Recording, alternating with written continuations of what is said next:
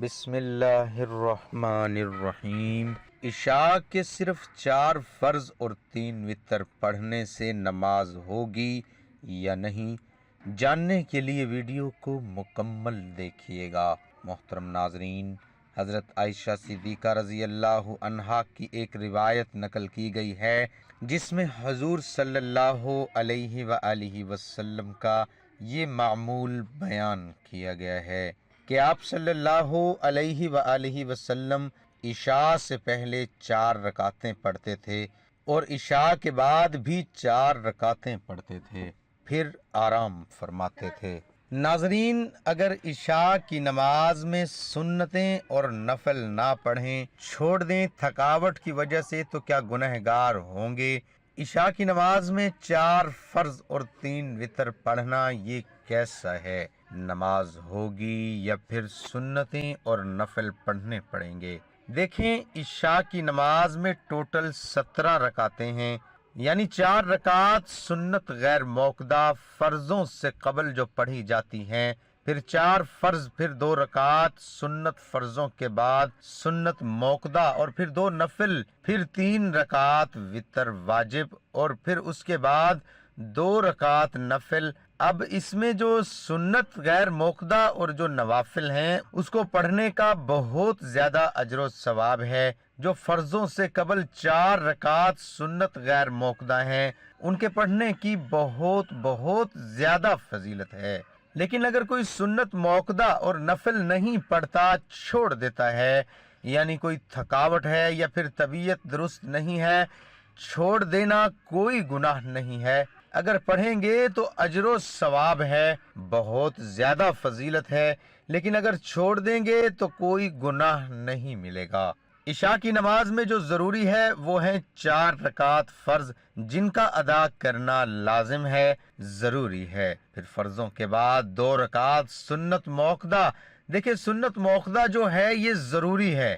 اگر کوئی شخص بغیر کسی عذر کے سنت موقدہ کو ترک کر دیتا ہے تو اس کے بارے میں علماء بیان فرماتے ہیں کہ ایسا شخص قابل ملامت ہے، اور ایسے شخص کے بارے میں خطرہ ہے کہ وہ شخص قیامت کے دن نبی کریم صلی اللہ علیہ وآلہ وسلم کی شفاعت سے محروم نہ رہ جائے۔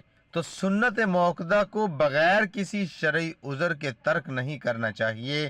ہاں، اگر کبھی کبھار چھوڑ دیا یہ ایک الگ بات ہے، اس پر اسے کوئی گناہ نہیں ہے، لیکن ہمیشہ ہی سنت موقدہ کو ترک کرنا یہ درست نہیں ہے۔ 4 رکعت فرض تو 2 رکعت سنت موقدہ فرضوں کے بعد یہ بھی ضروری ہے، اور اسی طرح پھر 3 رکعت وتر واجب، یہ رات کی کسی بھی حصے میں آپ پڑھ سکتے ہو۔ پوری رات میں یعنی صبح طلوع فجر سے پہلے آپ 3 رکعت وتر واجب آپ پڑھیں گے، یعنی تہجد کے بعد بھی پڑھ سکتے ہیں۔ تو یہ ضروری ہے 4 رکعت فرض، 2 رکعت سنت موقدہ فرضوں کے بعد، اور اس کے بعد پھر 3 رکعت وتر واجب، یہ رات کے کسی بھی حصے میں آپ پڑھ سکتے ہیں یا اسی وقت آپ پڑھ سکتے ہیں۔ تو یہ ضروری ہے، ان کا ادا کرنا ضروری ہے۔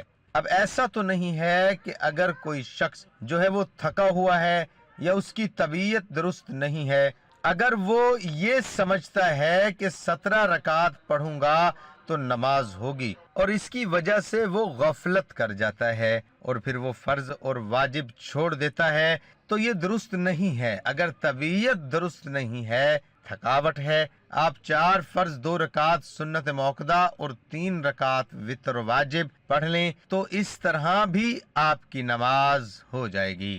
کتاب باب سیدنا عبداللہ بن عمر رضی اللہ عنہ سے مروی ہے، انہوں نے کہا، میں حضر اور سفر میں رسول اللہ صلی اللہ علیہ وآلہ وسلم کے ساتھ رہا۔ آپ حضر میں جب ظہر کی نماز پڑھتے تو 4 رکعت فرض اور ان کے بعد 2 رکعت پڑھتے، اور جب عصر کی نماز پڑھتے تو صرف 4 رکعت فرض ہی پڑھتے اور ان کے بعد کوئی نماز نہ پڑھتے، اور جب مغرب کی نماز پڑھتے تو 3 رکعت فرض پڑھتے اور ان کے بعد 2 رکعت پڑھتے، اور جب عشاء کی نماز ادا کرتے تو 4 رکعت فرض ادا کرتے اور ان کے بعد 2 رکعت پڑھتے تھے، اور سفر میں آپ کے ساتھ رہا تو آپ جب ظہر کی نماز پڑھتے تو 2 رکعت فرض پڑھتے اور ان کے بعد بھی 2 رکعت پڑھتے تھے، اور جب عصر کی نماز پڑھتے تو صرف 2 رکعت پڑھتے، ان کے بعد کوئی نماز نہ پڑھتے، اور جب مغرب کی نماز پڑھتے تو 3 رکعت فرض پڑھتے اور ان کے بعد 2 رکعت پڑھتے، اور کہا یہ نماز مغرب کے دن کے وتر ہیں جن کے ساتھ دن ختم ہو جاتا ہے اور رات کا آغاز ہوتا ہے۔ اور جب عشاء کی نماز پڑھتے تو 2 رکعت پڑھتے اور ان کے بعد بھی 2 رکعت پڑھتے تھے۔ دعا ہے کہ اللہ تعالی ہم سب کو 5 وقت نماز باجماعت ادا کرنے کی توفیق عطا فرمائے، آمین ثم آمین۔ کمنٹ باکس میں اللہ تعالی کے 99 ناموں میں سے ایک نام ضرور ٹائپ کریں۔